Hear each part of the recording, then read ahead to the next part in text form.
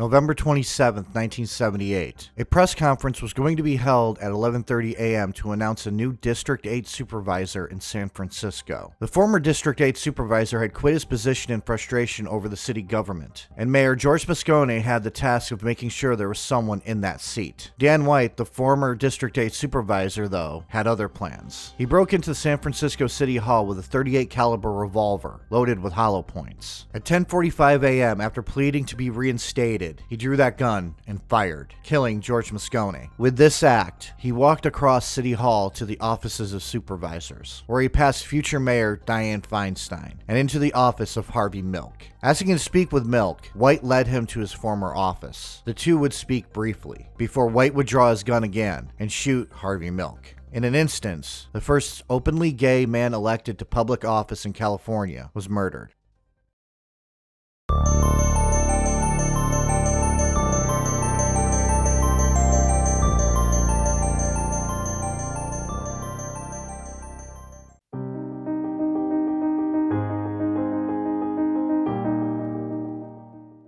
Before I continue, there's going to be talk about politics. I'm going to try to remain unbiased as I can, as I hate politics, or even talking about politics. It's boring, and it really isn't the point of the video either. Love Harvey Milk or hate Harvey Milk's political leanings, I really don't care. This is about the man, not his politics. I'm also not going to delve really deep into his private life, as this video is about his assassination. There is one thing I'm going to have to discuss about his personal life, but after that, I'm just going to move on. This video is about what made him popular enough to be elected to district supervisor, and about his death. But I do have to go over some things, as he did hold political office. Therefore, he was a public figure. Harvey Milk was born on May 22, 1930, in a suburb of New York City called Woodmere. He was the youngest son of Lithuanian Jewish parents. His grandfather owned a store and helped organize the first synagogue there. As a child, he was teased for having a big nose and ears, which, yes, that is the negative Jewish stereotypes, and yes, he was being picked on for those negative Jewish stereotypes. The area where he grew up had a lot of anti-Semitic people in it, so the apple doesn't fall too far from the tree. Kids hear parents' bigotry, will adopt those sentiments thinking that they're okay. Thing is, if those kids knew the secret he was hiding as a preteen and teenager, they might have been more harsh on him. Harvey Milk was aware that he was gay, but Harvey hid it well. People back then were kinda stupid. If a man was a bit effeminate, they were judged as gay, so Harvey Milk did the opposite. Mostly because his father wanted him to be a tough guy, so Harvey played football, played baseball, and hung out with girls. He also had a wisecracking personality, so he pretty much made it through his teenage years without anyone judging him for his sexuality. For those who do not dabble in history as much as I do, the reason he didn't just come out then and there was for many reasons. In the 40s, 50s, 60s, and 70s, which is the time frame we're looking at, it was a worse time for the LGBTQ plus community. Imagine being fired for your sexuality, being thrown in prison for who you decided to have sex with, and well, there was no such thing as the LGBTQ plus community. Back then, gay was gay and straight was straight. So if Harvey wanted to make it in the world, then he had to, for a little while at least, hide himself. And it wasn't easy for him. As a teenager, it was a constant battle between who he really was and the mask he had to put on to hide who he was. He told very few people who he really was, including his local rabbi. Harvey met with the rabbi one-on-one, and he broke down crying, admitting to the rabbi that he was gay. The rabbi merely told him, "You shouldn't be concerned how you live your life, as long as you feel you are living it right." These words touched Harvey, and they were words he would cling on to. Harvey graduated high school in 1947. He then attended college in Albany, majoring in mathematics. While in college, he went to Cuba, which was at the time not a communist country, and pretty much where the rich would go to vacation. This trip had a long-lasting impact on him. What he saw was a society where everyone was equal, and to him there was nothing more important than that. He came back to the United States with a sense of purpose, writing about civil rights for all, penning newspaper columns for his college newspapers about this. In 1951, he graduated and joined the Navy. He served aboard a submarine as a diving officer, which sent him for the first time to California, in San Diego to be exact. But he seemed to love San Francisco after visiting there while in the Navy. But he was a gay man in the military, and he ended up resigning from the Navy in 1955. And that was because he was questioned about his sexuality. He was given an honorable discharge, though. He went back to New York, where he was a stock analyst and a school teacher. But as the 50s turned into the 60s, Harvey became more and more politically active and began protesting the Vietnam War. more. Also around this time, he didn't just come out of the closet. He pretty much kicked the door down and stopped giving a shit what other people thought of him. And I'm going to mention the elephant in the room. I am really not comfortable going into detail on any of this, but it's out there for all to see. He had a relationship with a 16-year-old when he was 30, which I am not condoning in this video. This is a horrible thing and he should be labeled creepy for that. So this subject became a whole lot more complicated, to the point where I was about ready not to do this video. But he did a lot of good, and his private life was messy and shady as hell. But I still decided to make this video, mostly because I wanted to focus on what made him popular enough to be elected to office and his eventual death. But I cannot ignore the fact that he dated a 16-year-old when he was 30. And I agree and understand with people if they think of him in a negative light. Still, he was important to gay rights, and I need to talk about the good he did. In late 1972, Harvey packed up and moved to San Francisco, where he settled in an area called the Castro District. It was an area that was one of the first gay neighborhoods in the United States. There he opened a camera store and became very popular. The man had a charisma about him, a strong sense of humor, and was the center of the neighborhood. But he really wanted to make more of a difference for his new city, and show the country that he, a gay man, could be a leader.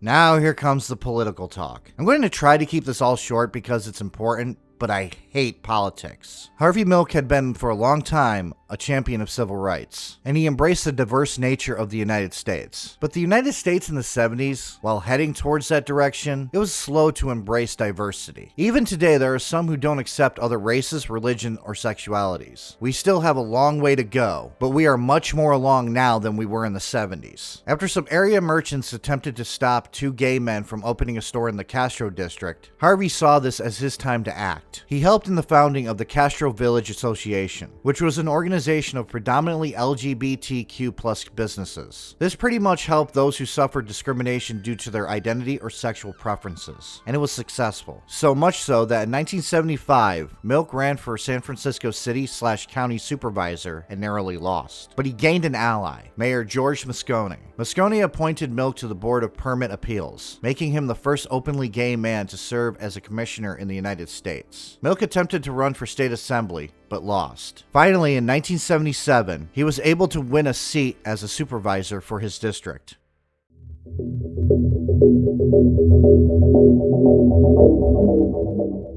As a supervisor, he was pretty effective. He kick-started daycare centers for working mothers, transformed old military installations into low-income housing, sponsored many anti-discrimination bills, and pissed off Anita Bryant. For those who do not know who that is, allow me to summarize. A washed-up singer turned overly Christian Karen who had it out for the LGBTQ+ community, who also influenced many bills, including Proposition 6, which would cause many in the LGBTQ+ community to lose their jobs, as it would have mandated the firing of gay teachers in the state's public schools. This was brought before the state senate by a man who pretty much I am not going to name because let history forget this asshole. And it was inspired by a similar Florida law that Anita Bryant had campaigned heavily for that passed. Interesting side note, Anita Bryant was once a brand ambassador for the Florida Citrus Commission, and because of her actions, a lot of bars in Florida stopped serving orange juice because no one ordered screwdrivers. Also, Anita Bryant once said that gay people wanted to essay children so she can go fuck herself. There's my one swear for the video. Moving on. It was this environment that Milk was fighting his battle in. One side trying to make the LGBTQ+ community look like something Chris Hansen would investigate, while Milk, along with the LGBT+ community, were trying to prove that they are nothing like that. Milk helped strike down Proposition 8 by organizing marches and openly campaigning against it, saying in one speech, "Gay people, we will not win our rights by staying quietly in our closets. We are coming out to fight the lies, the myths, the distortions. We are coming out to tell the truth about gays, for I am tired of the conspiracy of silence. So I'm going to talk about it, and I want you to talk about it. You must come out." So next time you use the phrase of coming out of the closet, thank Harvey Milk. Proposition 8 was defeated. Harvey Milk was a Democrat, and he was helping transform the city into something new, where people could be accepted for who they are. There was one Democrat, though, that wasn't keen on these changes, and his name was Dan White.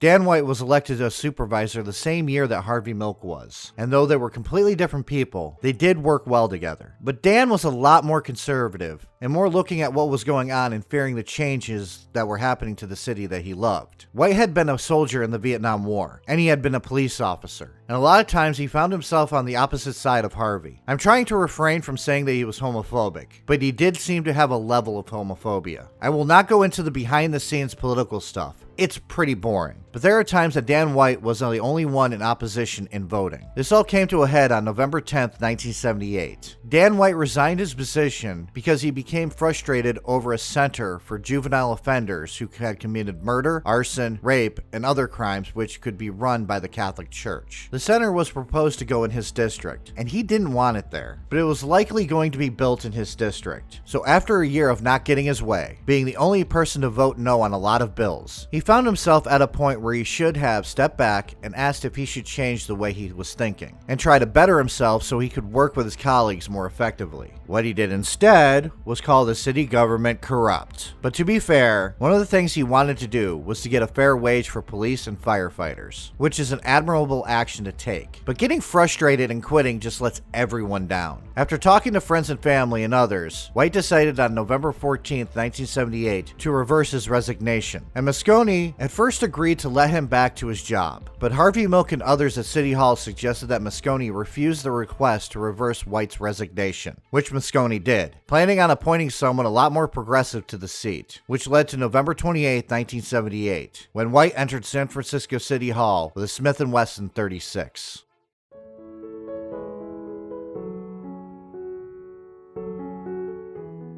Dan White drove to San Francisco City Hall, attempting to get there before the 11:30 a.m. announcement of who was going to replace him. Knowing he didn't have a way inside the main doors, he moved to a basement window that was connected to a lab. He knocked on the window, getting a lab technician to open it by saying he forgot his keys inside and needed to get them. He was let in at 10:25 a.m., bypassing the metal detectors on the main floor. He walked to Mayor George Moscone's office and asked to speak with him. The mayor was in a meeting, but decided to walk out to his outer office to speak with White. White pleaded for his job back. When that was refused, he turned it into a heated argument. Moscone didn't wish for a public scene, so he brought White into a lounge. There, Moscone lit a cigarette and poured 2 drinks. That was when Dan White drew his Smith & Wesson and fired 2 shots, one hitting Moscone in the shoulder and the other in the chest, tearing his lung. As he lay on the floor, White walked up to him and pointed the revolver 6 inches from Moscone's head and fired 2 shots into it. He then reloaded his gun and walked out of the mayor's office and down the hall. He passed another supervisor,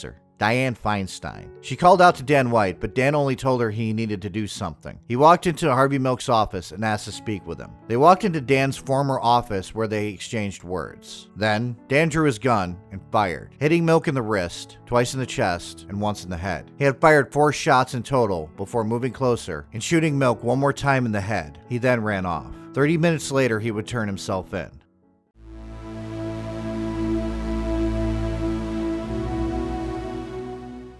I do not have the attention span to actually cover trials. They're really boring to me. And I really hate going through trials because I tend to get all of what comes out in the trial while telling these stories. But this one has a really stupid defense. White pleaded not guilty by reason of insanity, pleading that his mental state was diminished and he wasn't in his right mind because he had been eating junk food. It is called the Twinkie defense, and it is based off of debunked studies that sugar can affect the mind in ways it really can't. Studies that suggested that sugars can lead to depression. So I'm summarizing all of this because I cannot handle the level of stupid this is. But Dan White claimed that he had a sugar rush when he killed Milk and Moscone. He ended up getting 7 years because he wasn't convicted of murder. He was convicted of involuntary manslaughter. The jury accepted the Twinkie defense, which the jury was mostly white and all straight, which a jury is supposed to be representative of the community, hence the jury of your peers. And the jury wasn't representative of the community at all. I honestly think this had to do with Milk being gay, and that is why Dan got off with a lighter sentence. I'm not the only one who thinks that, because what happens when a sentence doesn't fit the crime and a minority is left with an injustice?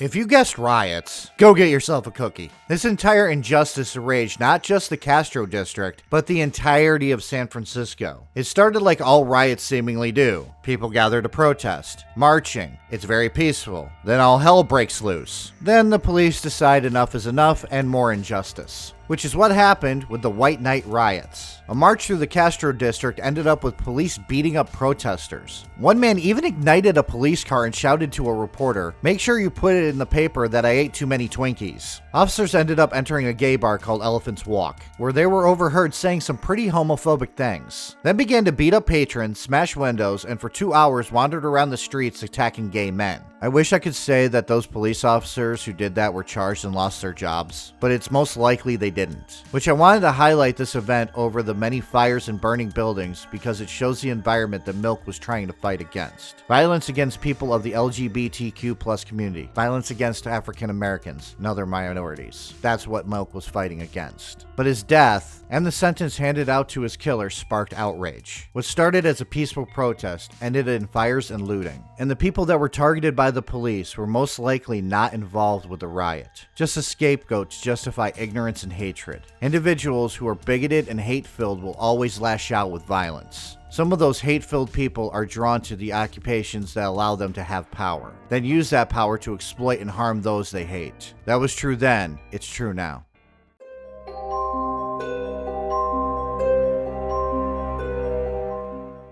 Firstly, it was due to Moscone's death that Dianne Feinstein ended up as mayor of San Francisco, which she ended up winning her own election later on, and then went down in history as the woman who almost screwed up catching the Night Stalker. Dan White would be released from prison in 1984 and was told to never come back to San Francisco, which he did end up going back to San Francisco, where he really wasn't welcomed. On October 21st, 1985, Dan White took his own life. He shut himself in his garage, let a hose from the tailpipe of his car and into his car, and then turned it on. In 1998, a detective friend of Dan White recalled a meeting with White in 1984 where White confessed that he had planned to kill more people that day. He wanted to kill a total of 4 that day. In 2008, a biopic of Harvey Milk was made, starring Sean Penn as Harvey Milk, and the movie is called Milk. And well, it's Sean Penn. He's a pretentious asshole, so I've never seen the movie. But Josh Brolin plays Dan White.